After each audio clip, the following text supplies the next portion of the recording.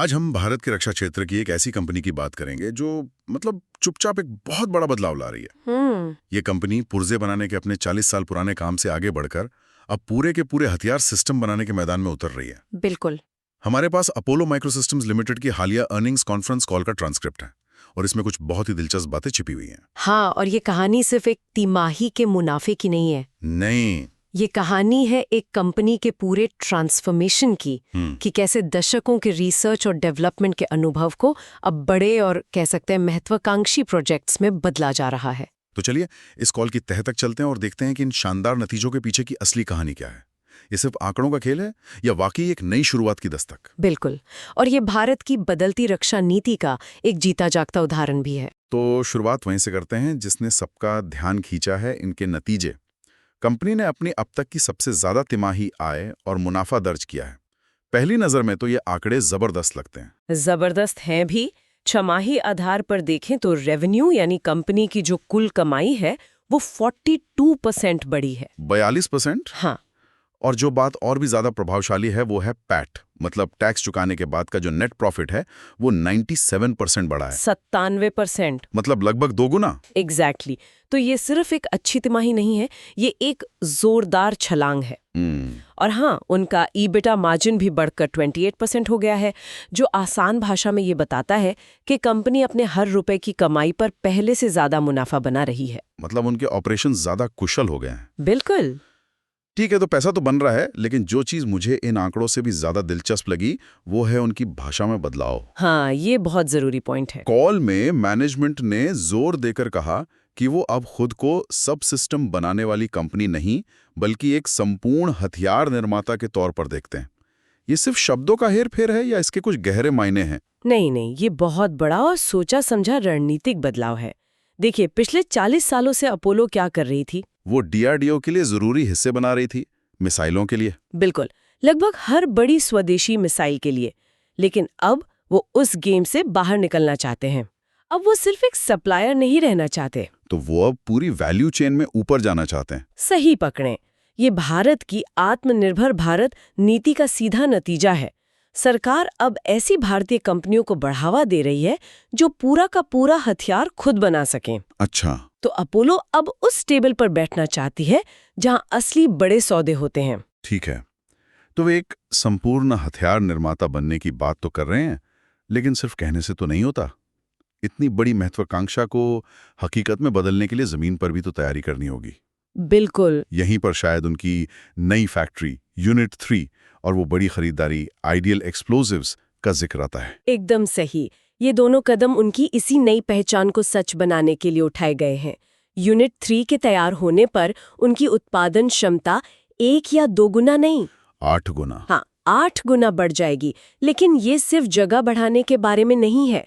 सबसे बड़ी बात यह है कि यहाँ अत्याधुनिक टेस्टिंग सुविधाएं भी होंगी। अच्छा, टेस्टिंग की सुविधाएं भी? जी। जिस पर लगभग 60 करोड़ रुपए खर्च किए जा रहे हैं।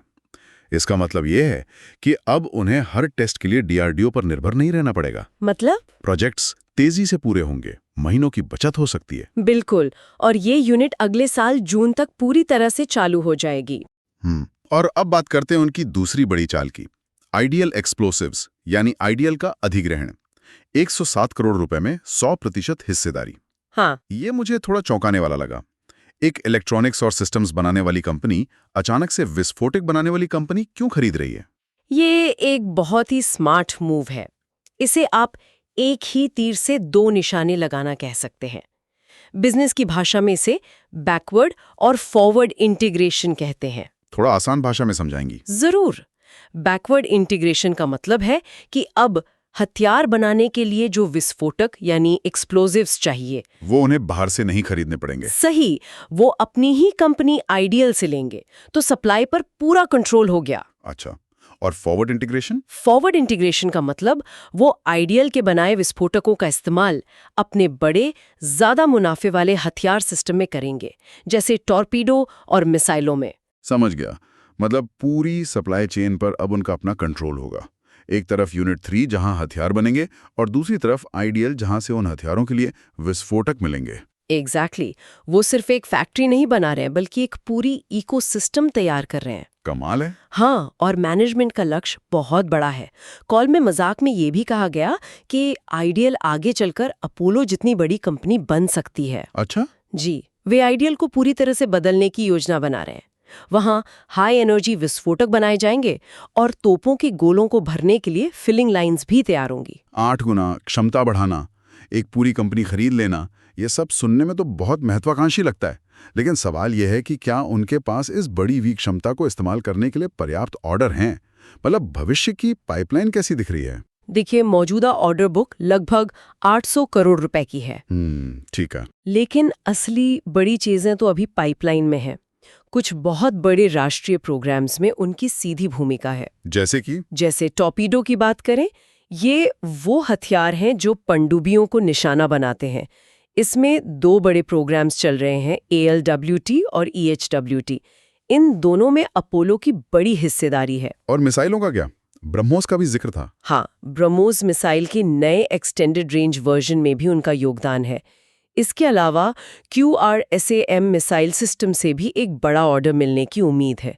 लेकिन जो प्रोजेक्ट गेम चेंजर साबित हो सकता है, वो कौन सा है? वो है मिगम प्रोजेक्ट। ये क्या है और इसे इतना बड़ा क्यों बताया जा रहा है? मिगम का मतलब है माउंटेन इन्फेंट्री गाइडेड मिसाइल। ये पहाड़ों में लड़ने वाले सैनिकों के लिए एक बहुत जरूरी हथियार है और ये अवसर लगभग 4000 करोड़ रुपए का है। 4000 करोड़? जी हाँ, जिसे वे BDL यानी भारत डायनामिक्स लिमिटेड के साथ साझा करेंगे। बस सरकार से अंतिम मंजूरी का इंतजार है, जो कॉल के मुताबिक किसी भी समय आ सकती है। तो मैनेजमेंट इसके लिए पूरी तरह तैयार है? बिल्कुल, वो ऐसी तैयारी कर रहे हैं जैसे ऑर्डर पहले ही मिल चुका हो। ये तो वाकई बहुत बड़ा है। लेकिन कॉल में एक सवाल एक्सपोर्ट्स को लेकर भी था। ऐसा लगता है कि कंपनी पूरी तरह से भारत पर ही केंद्रित है। विदेशी बाजारों के लिए उनकी क्या योजना है? मैनेजमेंट ने ये बात मानी है कि इस मामले में उन्होंने थोड़ी देर से शुरुआत की है। अच्छा। लेकिन अब वे इस दिशा में तेजी से कदम बढ़ा रहे हैं। एक अमेरिकी कंपनी के साथ रॉकेट मोटर के लिए समझौता किया है। मध्य पूर्व और यूरोप के देशों ने भी उनकी नेवल टेक्नोलॉजी, खासकर टॉर्पीडो में दिलचस्पी दिखाई है। तो मतलब अब वो बाहर भी देख रहे हैं? हाँ, और उनकी सोच बहुत स्पष्ट है। वे दूसरे देशों के सिस्टम्स को सिर्फ यहाँ असेंबल करके एक्सपोर्ट नहीं करना चाहते। वो अपनी टेक्नोलॉजी बेचना चाहते हैं। बिल्कुल, अपनी 100% स्वदेशी तकनीक को दुनिया भर में बेचना चाहते हैं। और यूनिट 3 के पूरा होने के बाद एक्सपोर्ट के और रास्ते खुलेंगे। ये सब सुनने में तो एक शानदार ग्रोथ की कहानी लगती है, लेकिन जैसा कि हम जानते हैं, हर कहानी के 2 पहलू होते हैं। क्या कोई चिंता की बात भी है? मैंने कॉल में ऊंचे रिसीवेबल्स और प्रमोटर के गिरवी रखे शेयरों का भी जिक्र देखा। हाँ, और इन पर ध्यान देना बहुत जरूरी है।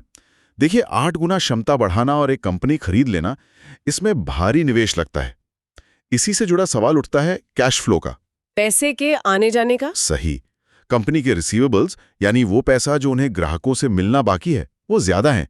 मैनेजमेंट का कहना है कि ऐसा कुछ लंबे प्रोजेक्ट्स की वजह से था जो अब पूरे होने वाले हैं। तो उनका कहना है कि ये पैसा जल्दी आ जाएगा। हाँ, उन्होंने भरोसा दिलाया है कि अगली कुछ तिमाहियों में बकाया राशि में काफी कमी आएगी। और प्रमोटर के गिरवी रखे शेयरों का क्या? ये अक्सर निवेशकों के लिए एक रेड फ्लैग होता है। सही कहा, इस पर भी सवाल पूछा गया।